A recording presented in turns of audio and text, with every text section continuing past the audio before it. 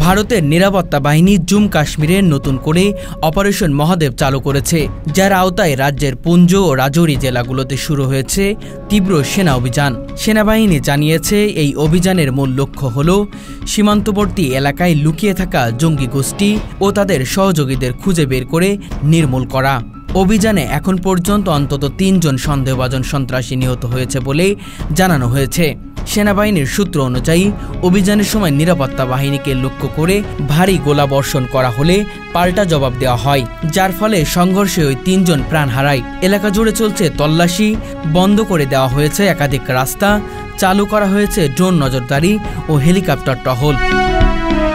ভারতীয় গোয়েন্দা সূত্রগুলো বলছে, সম্প্রতি পাকিস্তান সীমানা পেরিয়ে একাধিক জঙ্গি ভারতে প্রবেশ করছে বলে নির্ভরযোগ্য তথ্য রয়েছে। এসব জঙ্গি কাশ্মীর উপত্যকায় নতুন করে সন্ত্রাসী হামলার ছক করছিল বলেও আশঙ্কা করা হচ্ছে।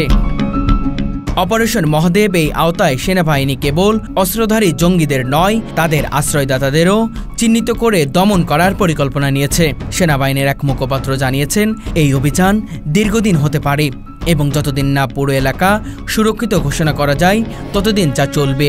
এছাড়াও গত কয়েক সপ্তাহ ধরে জম্মু কাশ্মীরে বিভিন্ন অঞ্চলে নিরাপত্তা বাহিনীর সদস্যদের উপর একাধিক হামলার ঘটনা ঘটেছে, যার মধ্যে রাজৌরিতে এক সামরিক ঘটনাতে হামলার 2 সৈন্য নিহত হয়েছিল। এই ঘটনার পর থেকেই গোয়েন্দা সংস্থাগুলি উচ্চ সতর্কতা জারি করে, যার ফলে অপারেশন মহাদেবের সূচনা। উল্লেখযোগ্য যে চলমান এই অভিযান শুধু সীমান্তবর্তী এলাকার সীমাবদ্ধ নয়, বরং অভ্যন্তরীণ শহর ও গ্রামগুলোতে অভিযান ছড়িয়ে পড়েছে। এর ফলে সাধারণ মানুষের মধ্যে কিছুটা উদ্বেগ ছড়িয়েছে, যদিও প্রশাসন জানিয়েছে নিরাপত্তার স্বার্থে সব ধরনের ব্যবস্থা নেওয়া হচ্ছে। এই সামরিক পদক্ষেপ কাশ্মীরে আবারও নিরাপত্তা পরিস্থিতি জটিলতা বাড়াবে কিনা তা নিয়ে রাজনৈতিক বিশ্লেষকরাও সতর্ক পর্যবেক্ষণ করছে। তবে ভারতীয় সেনাবাহিনীর বক্তব্য পরিষ্কার, জম্মু কাশ্মীরে সন্ত্রাসীদের মূলোৎপাটন না হওয়া পর্যন্ত কোনোভাবেই অভিযান বন্ধ করা হবে না।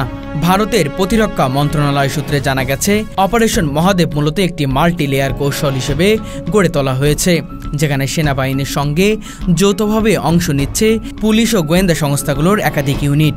এই অভিযানে একাধিক প্রযুক্তি নির্ভর নজরদারি, যেমন satellite imaging, heat sensor device ও রাতের বেলা কার্যকর ড্রোন ব্যবহার করা হচ্ছে।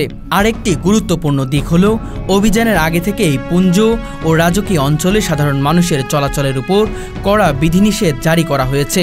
স্থানীয় প্রশাসন সতর্কতামূলকভাবে স্কুল কলেজ বন্ধ রাখার নির্দেশ দিয়েছে এবং বহু গ্রামে কারফিউ জারি করা হয়েছে, যাতে নিরাপত্তা বাহিনী নির্বিঘ্নে তাদের অভিযান চালাতে পারে।